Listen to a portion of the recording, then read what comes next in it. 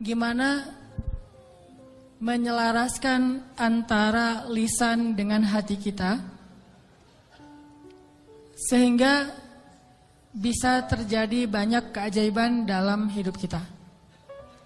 Ini kisah-kisah yang tadi kita dengar adalah bukti gitu. Orang kalau selaras antara lisan dan hatinya pasti terjadi keajaiban. Kalau ketika kita berdoa hati kita yakin seutuhnya kepada Allah, pasti Allah gak akan ngecewain kita. Gak mungkin. Allah itu gak mungkin mengecewakan kita.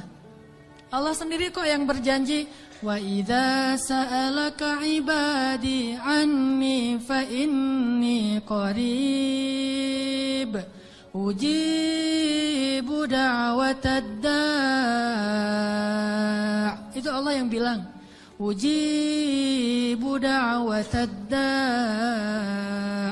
Aku tuh dekat. Artinya berharaplah kepadaku gitu. Dan aku akan mengijabah setiap orang yang meminta kepadaku. Jadi Allah sendiri yang berjanji akan menunjukkan keajaiban, mengabulkan permintaan-permintaan yang baik dari hambanya, sehingga tidak perlu kita ragu, Allah gak mungkin ngecewain kita. Begitu kita berdoa yang selaras di hati kita yakin kepada Allah, Allah akan tunjukkan.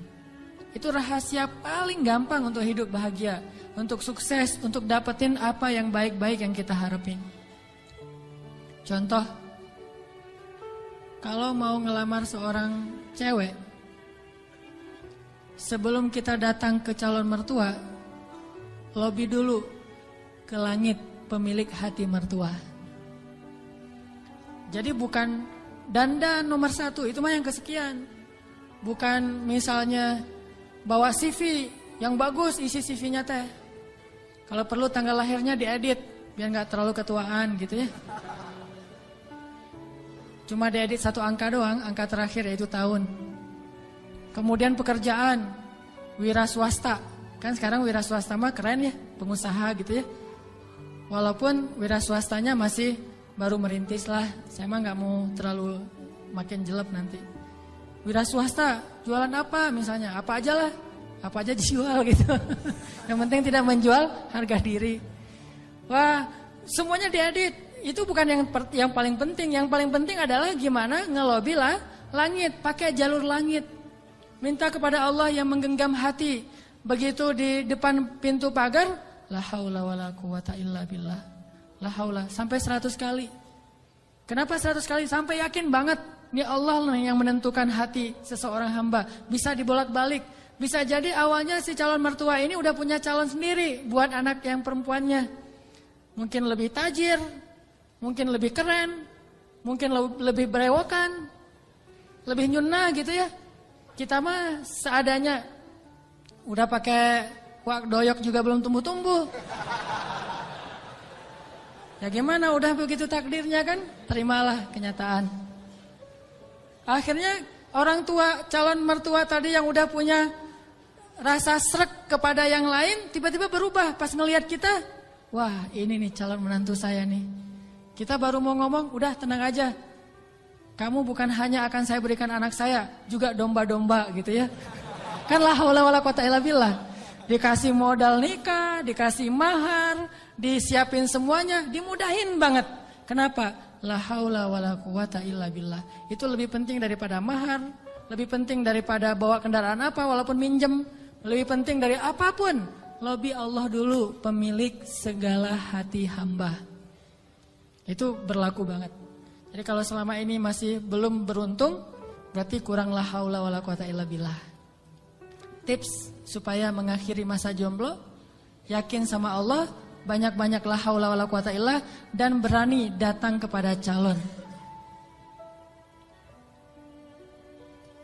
Kalau kata seorang pelawak,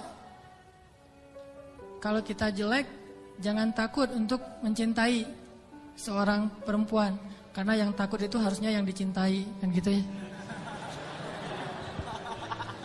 Kita mah gak usah takut, yang dicintai yang takut. Yang datang ke saya kok wajahnya gini. Tapi itu mah cek cak lontong. Jarine cak lontong. Oke. Sama juga kalau misalnya seorang istri pengen membujuk suaminya. Membujuk ngapain nih? Membujuk tambahan saldo. Ini udah akhir bulan nih, tanggal 31, pakai la haula wala quwata illa billah. Itu ngaruh banget. Sambil senyum, sambil la haula wala quwata illa billah. Oh ngerti mah, besok ditransfer gitu ya. Gak usah bilang, "Pak, uang bulanan," gak usah. Bilang aja la haula wala quwata illa billah. Lobby Allah sehingga dia jadi sayang sama kita, dikasih lebih. Jalan ke mall, lobby Allah supaya dia sayang sama kita, dikasih lebih. Jadi dibeliin apa. Ini semuanya karena kita yakin sama Allah yang maha kaya. Saya pernah dulu di tablik. Awal-awal saya dulu hijrah dari hidup gak jelas menjadi agak jelas. Saya waktu SMA juga masih belum jelas.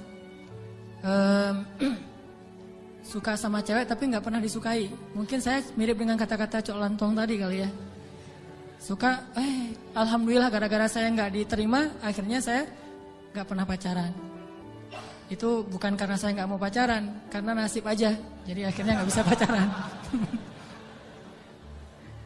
Nah, pas sudah jelas gara-gara datang jamaah tablik berdakwah di sekolah saya, akhirnya saya masuk ke tablik yang khuruj 3 hari, 40 hari. Di tablik itu ada pelajaran tauhid yang menurut saya bagus ya, inspiring gitu. Kalau kita lagi makan nih, kan makannya tuh rame-rame tuh, pakai talam gitu kan, makan rame-rame. Terus ada petugas khidmat namanya yang ngasih-ngasih lauk, nasi, ikan segala macam. Jadi SOP di tablik, kalau kita lagi makan, mau minta tambahan makanan, nasi, ikan atau lauk, itu nggak boleh minta kepada yang khidmat. Kita ngomong, Allah, ikan, Allah, datang tuh ikannya. Wah ini ikan, Masya Allah, Allah kasih datang ikan. Di situ belajar tauhid tuh. Ternyata kuahnya kurang, Allah, kuah, Masya Allah, kuah, Masya Allah. Datang tuh kuah tuh. Soalnya orangnya dengerin gitu ya. Tapi walaupun ini agak-agak menurut sebagian orang aneh, justru di situ kita belajar yakin sama Allah. Makanya saya sering cerita, awal-awal saya dapat hidayah ke tabligh itu, lagi mau main bola, keluar dari sholat asar di masjid, bukan keluar sholat asar, lagi main bola depan masjid. Masjid di Aceh itu kan luas-luas, halamannya bisa main bola. Ada orang main bola, ada sapi yang lagi ngerumput, karena saking luasnya halaman masjid. Udah gitu, lagi main bola dipanggil sama seorang jamaah tabligh dari Pakistan. Dia nyebutnya Maulana gitu. Orang tabligh kan kalau udah level ilmu tertentu disebut Maulana. Maulana ini manggil saya, come here gitu. Saya datang, saya waktu itu masih anak muda gak jelas gitu. Duduk di sebelah dia tanya, dia tunjuk-tunjuk ke langit gitu. Gak bisa bahasa Indonesia, saya bilang, kenapa? Oh langit, saya bilang, langit Allah cipta, kata dia. Terus tunjuk ke pohon. Saya bilang pohon Allah cipta. Dia tahu bahasa Indonesia cuma satu kalimat, Allah cipta.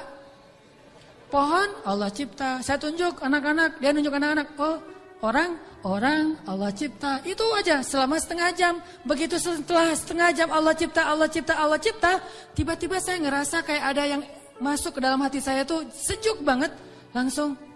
Saya langsung pergi wudu, saya sholat kayak orang dihipnotis gitu. Sholat asar sendiri, udah selesai sholat asar sendiri, dia temukan dengan tabligh yang ada di situ, orang lokal, masuklah saya ke tabligh, khuruj 3 hari. Pulang ke rumah, saya dianggap orang aneh oleh orang tua saya. Wah kamu gak boleh ke masjid lagi, kenapa? Kamu sekarang aneh. Aneh apa? Udah rajin ke masjid. Rajin ke masjid aneh dulu teh. Orang tua kan takut ke jaring aliran apa mungkin yang mau jadi pengantin, bom bunuh diri atau apalah, takut. Terus saya mulai pakai jubah waktu itu, jubah putih, sorban putih. Begitu saya lewat depan tetangga ada anak kecil lagi main, dia bilang, "Mak, malaikat lewat," gitu.